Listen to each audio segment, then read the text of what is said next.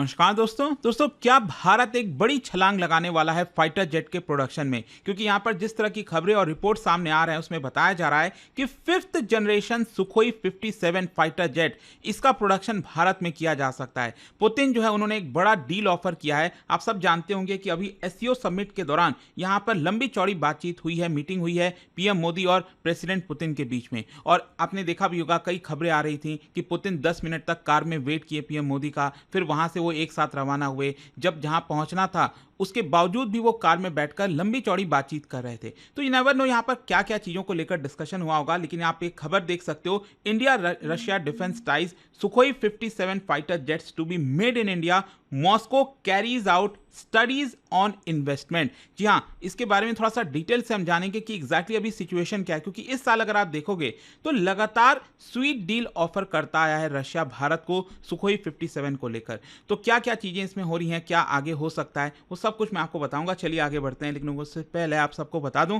कि आप में से जो भी लोग यूपीएससी की तैयारी कर रहे हैं, हमारा जो प्रतिज्ञा बैच के अंदर एडमिशन लेने की आज आखिरी डेट है 2026, 27, 28। किसी भी साल की अगर आप प्रिपरेशन कर रहे हो, यहां पर आप यूज कर सकते हैं कोड अंकित लाइव, लिंक कमेंट सेक्शन में है, ताकि आप मैक्सिमम डिस्काउंट ले सकें। कोई भी प्रॉब्लम है, दिक्कत है, फोन नंबर दिया, आप इस पर कॉल करिए, जो टीम है वो आपको अच्छे से गाइड करेगी। चलिए शुरुआत करते हैं। देखिए पहले तो थोड़ा सा बैकग्राउंड और टाइमलाइन देख लेते हैं सुखोई 57 को लेकर। एक्चुअली हुआ क्या था, इस साल एरो इंडिया जो था फरवरी 2025 में, उस समय रशिया की जो कंपनी है यूनाइटेड एयरक्राफ्ट कॉर्पोरेशन और साथ ही साथ रॉसबोरॉन एक्सपोर्ट जो है, उन दोनों के द्वारा मिलकर फॉर्मल ऑफर दिया गया भारत को सुखोई 57E, मतलब जो एक्सपोर्ट वेरिएंट फाइटर है उसको लेकर, कि भारत को वो एक्सपोर्ट करने के लिए रेडी हैं। और इसके अंदर डायरेक्ट सप्लाई और जॉइंट प्रोडक्शन बेसिकली उस समय ये बोला जा रहा था कि कुछ जो चीज़ें हैं वो भारत में बनाई जा सकती हैं, जो कुछ पार्ट्स हैं बेसिकली, तो इससे भारत को भी कुछ फायदा हो सकता है।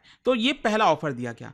फिर मिड 2025 में, इसी साल जो है, कुछ महीने पहले अगर आप देखोगे तो रशिया ने इस ऑफर को और स्वीट कर दिया और कहा कि हम फुल टेक्नोलॉजी ट्रांसफर करने के लिए रेडी हैं। साथ ही साथ जो सॉफ्टवेयर सोर्स कोड होता है उसका भी एक्सेस भारत को दिया जाएगा। बेसिकली क्या है ना, ये जो सोर्स कोड है ये काफी इंपॉर्टेंट होता है, क्योंकि अगर आप फाइटर जेट में कोई भी चेंजेस करना चाहते हो, कोई दूसरा वेपन लगाना चाहते हो, तो आपको उस देश से परमिशन नहीं लेनी पड़ेगी, आप अपने आप चीजों को कर पाओगे इसलिए। जैसे कि अभी ऑपरेशन सिंदूर के दौरान कुछ खबरें आ रही थी कि राफेल के अंदर यहां पर जो सोर्स कोड है वो शायद फ्रांस दे नहीं रहा है, या फिर जो भी प्रॉब्लम होगी, तो ये इसकी वजह से सोर्स कोड भी इंपॉर्टेंट हो जाता है। और साथ ही साथ क्योंकि सुखोई के जो फाइटर जेट्स हैं वो ऑलरेडी भारत में हैं, इंडियन एयरफोर्स उसको यूज कर रही है, तो इंडियन सिस्टम्स के साथ आसानी से वो इंटीग्रेट हो जाएगा। अस्त्र मिसाइल, रुद्रम मिसाइल, ये सब कुछ यहां पर उसी के साथ इंटीग्रेट करके रशिया देगा। और ये आप समझिए, ये जो ऑफर आया था ना, ये अनप्रेसिडेंट था अगर आप कंपेयर करो यूएस का जो ऑफर है F-35 को लेकर। क्योंकि पीएम मोदी जब फरवरी में गए थे इसी साल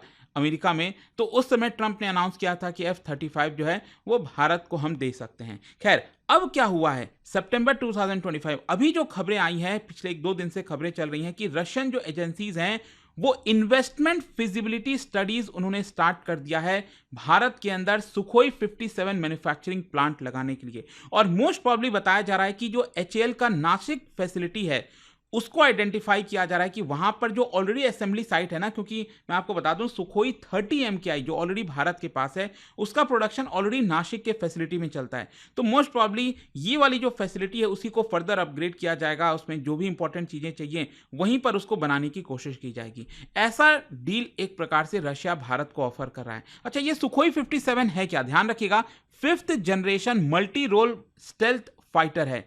एयर सुपीरियरिटी और स्ट्राइक के मामले में काफी बेहतरीन है। और इसके एवियोनिक्स मतलब इलेक्ट्रॉनिक सिस्टम की बात करें तो बाइल्का जो एसआर रडार सूट है वो आपको देखने को मिलेगा। इसके अलावा इंजन्स की बात करें तो इनिशियली बताया जा रहा है कि सुखोई 57 में AL41F1 वाला इंजन लगा है, लेकिन आगे चलकर जब एक नया मतलब प्रोडक्ट 30 वाला जो इंजन है जो काफी पावरफुल है, अभी ये आपका मैच्योर फेज में नहीं आ पाया, लेकिन जैसे ये रेडी होगा तो उसको इसके साथ इंटीग्रेट कर दिया जाएगा। और वेपन्स की हम बात करें तो इंटरनल बेस है फॉर स्टेल्थ, मतलब कि ये जो फाइटर जेट है वो जल्दी से रडार कैच ना कर पाए। एक्सटर्नल हार्ड पॉइंट्स लगे हैं फ्लेक्सिबिलिटी के लिए, जो भी वेपन्स वगैरह सिस्टम हमें लगाना है इस सुखोई में वो हम लगा सकें। वैसे मैं आपको बता दूं सुखोई और F-35 इन दोनों को लेकर मैंने ऑलरेडी कंपैरिजन किया हुआ है। इसके ऊपर करीब 6 महीने पहले वीडियो भी बनाया था, अगर आप चाहो तो उसको यूट्यूब पर देख सकते सकते हो। खैर, यहाँ पर क्वेश्चन ये है कि इंडिया रशिया का जो को प्रोडक्शन है, इसमें क्या-क्या प्रपोजल है? देखो, सबसे पहले यहाँ पर ये बोला जा रहा है कि रशिया जो है इनिशियल स्टेज में, क्योंकि अभी भारत के पास कोई भी 5th जनरेशन फाइटर जेट नहीं है, तो अगले 3-4 वर्षों के अंदर-अंदर 20 से 30 सुखोई जो एक्सपोर्ट वेरिएंट है रशिया का, वो भारत को दे सकता है, करीब 20 से 30 के आसपास सुखोई। फिर उसके बाद अगले जो 70 से 100 यूनिट होंगे सुखोई 57, वो भारत में ही इसकी मैन्युफैक्चरिंग की जाएगी। और जैसा मैंने आपको बताया, एचएएल का जो नासिक फैसिलिटी है, उनको ये लाइसेंस प्रोडक्शन के लिए बोला जा रहा है और असेंबली के लिए। देखो क्या होता है ना कि जब हम भारत में बात करते हैं प्रोडक्शन की, तो ऐसा नहीं है कि एक-एक पुर्जा इसका भारत में ही बनेगा।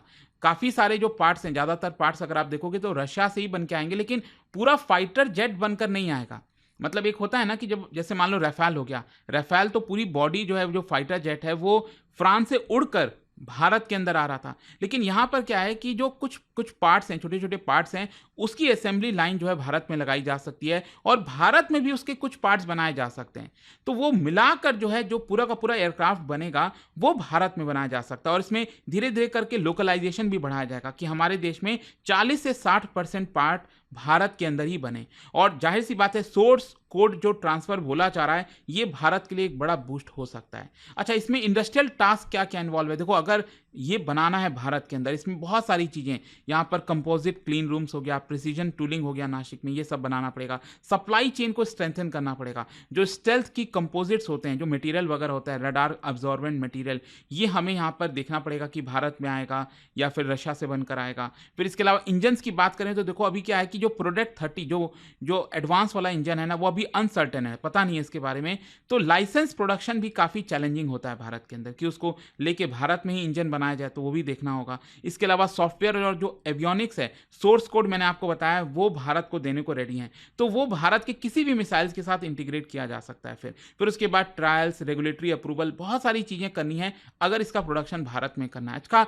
इसका स्ट्रैटेजिक सिग्निफिकेंस क्या है? देखो, भारत के पर्सपेक्टिव से बात करें तो ये मेक इन इंडिया और आत्मनिर्भर भारत को डिफेंस के अंदर एक बड़ा बूस्ट दे सकता है। इसके अलावा ऑटोनॉमी हमें मिल सकती है ना, वेपन्स और सेंसर इंटीग्रेशन की, कि हम खुद से जो चाहें इसके अंदर चेंजेस कर सकते हैं। और साथ ही साथ इंडियन एयरफोर्स को एक बहुत बड़ा मजबूती का काम करेगा, क्योंकि 5th जनरेशन कैपेबिलिटी अभी हमारे पास नहीं है। और जो भारत का है ना AMCA program, advanced multi role combat aircraft, तो ये सारी चीज़ें अभी बनने में बहुत साल लग जाएंगे। मतलब अभी कम से कम 10-15 साल कहीं नहीं गया है, तो अभी भारत इस मामले में काफ़ी ज़्यादा पीछे है। तो उसको बनते बनते 10 साल तो मिनिमम आप मान कर चलिए। तो जाहिर सी बात है, उसके पहले क्या 10 साल तक भारत के पास कोई भी 5th जनरेशन फाइटर जेट ना हो? तो ये एक बड़ा प्रश्न है। तो इसकी वजह से जरूरी हो जाता है जो हम अपना डेवलप करेंगे। और अगेन, इसको तो 6th जनरेशन की बात कही जा रही है, आगे चलकर और ज़्यादा एडवांस होगा। तो ये भारत के लिए एक बड़ा मायने रखता है। दूसरा, अगर हम रशिया के पर्सपेक्टिव से बात करें तो देखो, रशिया को फंड्स की आवश्यकता है, रशिया को भी प्रोडक्शन बेस मिल जाएगा भारत में, और लॉन्ग टर्म डिफेंस पार्टनरशिप और मजबूत हो जाएगा भारत के साथ। इसके अलावा अगर आप कंपैरिजन करें यूएस F-35 के साथ, मतलब यूएस का जो मॉडल है, उसमें अमेरिका हमें टेक्नोलॉजी ट्रांसफर करने के लिए रेडी नहीं है, बहुत लिमिटेड ही करने को रेडी है, और कोई को प्रोडक्शन भी करने के लिए रेडी नहीं है। आपने देखा होगा अभी जो F-35 वगैरह केरला के तिरुवनंतपुरम पर उतरा, उसको लेकर कितनी चर्चा हो रही थी। यूएस काफ़ी घबरा गया था कि कहीं वो ओपन ना हो जाए, खुल ना जाए राज। तो इस तरह की चीज़ें थी। रशिया का जो ऑफर है वो डीप ट्रांसफ़र की बात कर रहा है, ग्रेटर ऑटोनॉमी की बात कर रहा है, फास्टर डिलीवरी की बात कर रहा है। खैर, अगर हम इसके रिस्क और कंस्ट्रेंट्स की बात करें, चैलेंजेस की बात करें, तो देखो क्या है ना कि सैंक्शंस का बड़ा खतरा हो सकता है। रशियन जो डिफेंस सेक्टर है वो अभी वेस्टर्न सैंक्शंस में है, तो कंपोनेंट्स वगैरह की सोर्सिंग करना बहुत ज़्यादा रिस्की हो सकता है, अनसर्टेन हो सकता है। इंजन मैच्योरिटी अभी भी रिस्की स्टेज पर है। जो इसका मेन इंजन होगा आगे चलकर प्रोडक्ट 30, वो अभी फुल्ली मैच्योर्ड नहीं है। ये लार्ज स्केल प्रोडक्शन इसका अभी हो नहीं पाया, तो वो अभी हम कितना रिलायबल है नहीं है वो भी नहीं कह सकते। और नंबर्स भी अभी अनसर्टेन है। अभी तो मीडिया में रिपोर्ट्स आ रहा है ना कि 2030 रशिया भेजेगा डायरेक्ट, 70 से 100 जो है वो भारत बना सकता है। तो अभी ये तो अभी बातें कही जा रही हैं। एग्जैक्ट जब कॉन्ट्रैक्ट होगा तो कितना होगा वो देखने वाली बात होगी। क्वालिटी अश्योरेंस की भी सवाल है। मतलब सुखोई 57 मैन्युफैक्चरिंग काफ़ी कॉम्प्लेक्स है, ये सुखोई 30 की तरह नहीं है। तो अगेन, भारत के अंदर अगर आपको मैन्युफैक्चर करना है तो एक बड़ा जंप लेना पड़ेगा भारत को भी प्रोडक्शन कैपेबिलिटी में। और जियोपॉलिटिकल ट्रेड ऑफ भी आपको समझना है। मतलब अगर हम रशिया से ये खरीदते हैं तो अमेरिका और नाराज़ हो जाएगा, तो वो देखना होगा कि क्या भारत इसके लिए रेडी है, कि क्या हम एक और डील रशिया के साथ कर सकते हैं इतनी बड़ी डील जो है, तो वो देखना है। अच्छा, पॉसिबल टाइमलाइंस की बात करें, देखो अभी हो सकता है कि अगले कुछ महीनों के अंदर कुछ डील्स वगैरह साइन हो जाए। अगर जब डील साइन हो सकती है तो उसके अगले 3 साल में जो रशिया है वो हमें 20 से 30 सुखोई दे सकता है डायरेक्टली। फिर उसके 4 से 8 साल में लोकल प्रोडक्शन भी स्टार्ट हो सकता है भारत के अंदर 100 से 100, मतलब 100 के आसपास यूनिट्स के लिए। जहां तक इसके इम्पैक्ट का सवाल है भारत के डिफेंस स्ट्रैटेजी पर, देखो शॉर्ट टर्म में क्या है कि ये इंडियन एयरफोर्स का मजबूती प्रोवाइड करेगा। हमारा जो स्क्वाड्रन स्ट्रेंथ है वो ऑलरेडी कम हो चुका है, 30 के नीचे जा रहा है हमारा जो स्क्वाड्रन है, जो कि 40 से ऊपर होना चाहिए, तो उसको मजबूती देगा। मीडियम टर्म में अगर हम बात करें तो ये जो क्रिटिकल टेक्नोलॉजीज भारत को ट्रांसफर की जा रही हैं, ये हमारे AMCA प्रोग्राम के लिए काफ़ी मददगार साबित हो सकता है। और लॉन्ग टर्म में तो कहीं ना कहीं भारत को प्रोडक्शन जब करेगा 5th जनरेशन एयरक्राफ्ट का, तो वो अपने आप में एक बड़ी बात होगी, क्योंकि ग्लोबल स्टेटस अपग्रेड हो सकता है भारत का इसकी वजह से। अच्छा, ये तो हमने बात कर ली सुखोई 57 की, लेकिन इसके अलावा भी रशिया के साथ एक दो और इंपॉर्टेंट जो खबर आई है, एक तो ये है कि चीपर रशियन ऑयल। क्या है कि जो अमेरिका के साथ, ट्रम्प के साथ टैरिफ को लेकर जो चल रहा है इस समय भारत और अमेरिका के बीच में, तो इसको देखते हुए रशिया ने जो है और ज़्यादा डिस्काउंट देने का ऑफर किया है भारत को। कि अभी तक क्या था मैं आपको बता दूं, पिछले हफ्ते भारत को हर बैरल पर $2.5 का डिस्काउंट मिल रहा था। जुलाई के महीने में तो हमें सिर्फ $1 का ही डिस्काउंट मिल रहा था, कुछ ज़्यादा खास था नहीं। लेकिन अब जो है रशिया हमें $3 से $4 कम से कम और सस्ता देने के लिए रेडी है ऑयल। और S-400 system, let me tell you, आपको याद होगा 2018 में डील साइन हुआ था भारत और रशिया के बीच में 5 यूनिट के लिए कि 5 यूनिट्स ऑफ S-400 मिलेगा। लेकिन इसमें बहुत डिले होता गया और अभी भारत को सिर्फ 3 यूनिट ही मिला है S-400, और बताया जा रहा है कि अगला भी जो 2 यूनिट है वो 2026 और 27 में भारत को डिलीवर हो जाएगा। तो अगेन ये भी इंपॉर्टेंट है, क्योंकि S-400 के 3 यूनिट्स भारत के पास है, जो कि ऑपरेशन सिंदूर में बहुत अच्छा काम किए, आप सबने देखा। और रशिया को भी काफ़ी कॉन्फिडेंस आया है कि देखो, जब मेन बैटल फील्ड में, और वो भी रशिया, वो भी भारत और पाकिस्तान के बीच में कोई युद्ध हो, उसमें जब कोई वेपन अच्छे तरह से काम करता है तो एक बड़ा बूस्ट मिलता है। तो रशिया भी काफ़ी खुश है इससे। तो अगला जो 2 यूनिट भारत को मिलेगा, अगेन जो चाइना वाला बॉर्डर है वहां पर हमारा ये सुरक्षा प्रोवाइड कर सकता है। तो ये था दोस्तों, फाइनली कंक्लूजन ये निकलता है कि रशिया का जो सुखोई 57 को प्रोडक्शन का ऑफर है, ये बहुत ही स्ट्रैटेजिकली अट्रैक्टिव है, अनप्रेसिडेंटेड है टेक ट्रांसफर के मामले में अगर आप देखोगे। लेकिन अगेन इसका जो एग्जीक्यूशन है वो काफ़ी चैलेंजिंग होगा। और अभी करंट स्टेज पर तो अभी निगोसिएशंस वगैरह चल रहे हैं, अभी कॉन्ट्रैक्ट साइन नहीं हुआ है। अगर ये फुल्ली रियलाइज हो जाता है तो भारत का एरोस्पेस कैपेबिलिटी में एक बहुत बड़ा ट्रांसफॉर्मेशन आ सकता है। तो ये पूरा वीडियो था दोस्तों सुखोई 57 के बारे में। और जाने से पहले एक बहुत ही इंटरेस्टिंग क्वेश्चन, क्योंकि हम फाइटर जेट की बात करें, क्या बता सकते हो जो डॉग फाइट कैपेबिलिटी होती है किसी फाइटर एयरक्राफ्ट की, वो बेसिकली है क्या? It refers to what? इसका राइट आंसर आप सब जानते हैं, मेरे इंस्टाग्राम पर तो मिलेगा ही, वहां पर अगर आप नहीं हो कोई बात नहीं, टेलीग्राम से ले सकते हैं इसका सही उत्तर। और दोस्तों जैसा मैंने आपको बताया, अगर आप यूपीएससी की तैयारी कर रहे हैं, कोई भी बैच चाहते हैं, you can just use this code Ankit live. और आज आखिरी डेट है हमारे किसी भी तीनों बैचेस में एडमिशन लेने का, 2026, 27, 28। कोई प्रॉब्लम है, दिक्कत है, फोन नंबर दिया, आप इस पर कॉल करिए, जो टीम है वो आपको अच्छे से गाइड करे। स्टडी IQ IAS, आपका सिलेक्शन हमारा मिशन।